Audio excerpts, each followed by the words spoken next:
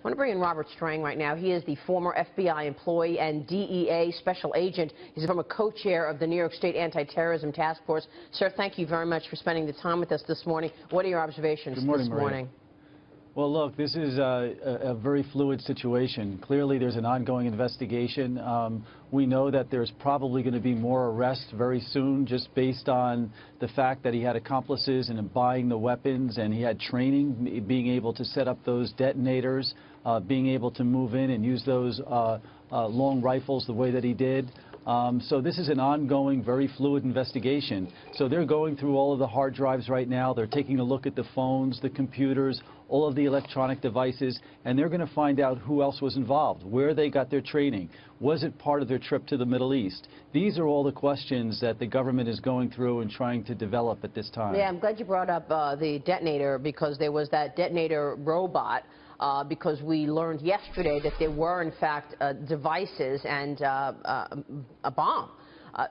Do all of the things that we know about this so far, Robert, does this lead you to believe this is likely terrorism?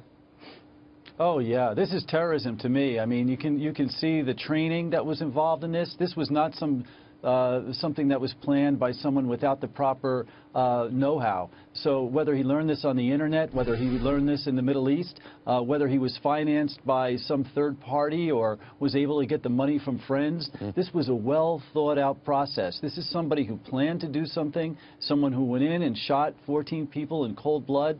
This is terrorism. And the that's question what you is, said earlier, how Steve Rogers. Oh yeah, yeah, yeah.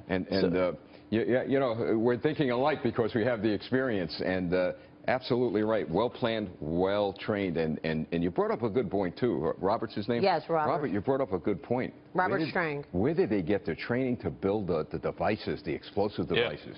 And the financing. Right. And the finance. How much, Robert, do you think this would have all cost all in if you had to run this operation yourself?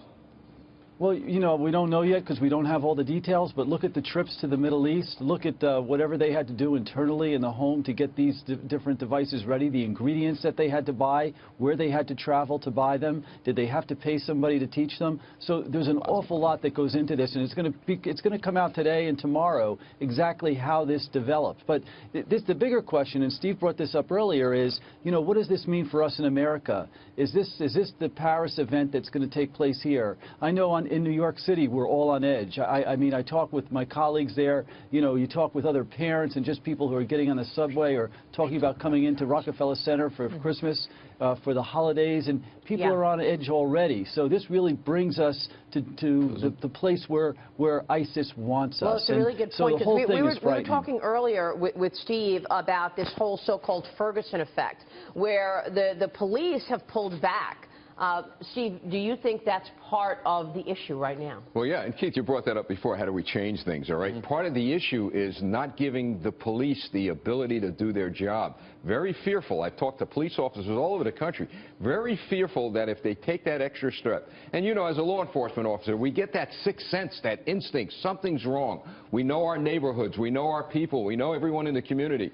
The question is, do we take that extra step? Used to be years ago, we're going to take that extra step because something may be wrong. You know what it is today? Hey, look, I'm not going to put my life on the line and take that extra step and find myself on trial other than the suspect. Which leads me to, if she would have called the police, that neighbor, I'm wondering, would have they taken that extra step? I don't know today. Well, it's not just the police being able to enforce the law, but it's the self-policing of America. The good guy is afraid of the government, not the bad guy. But people in a neighborhood should know and be aware of these things. You agree with that, Robert? Maria, I just wanted to say Steve is right on. I mean, we used to say in law enforcement, it's better to be tried by 12 than carried by 6. And that was always the motto for a policeman. You use your training, you go into a situation, and you shoot when you have to. Today, cops on the street, agents on the street, they're reluctant to do their job because they're afraid they're going to end up fired, indicted, and perhaps spending the rest of their life in jail. So it's a combination of what you're all talking about. But the attitude for the police officer is that they're not going to be backed up. Some feel that their police commissioner is not going to back them up. They feel that their elected politicians are not going to back them up.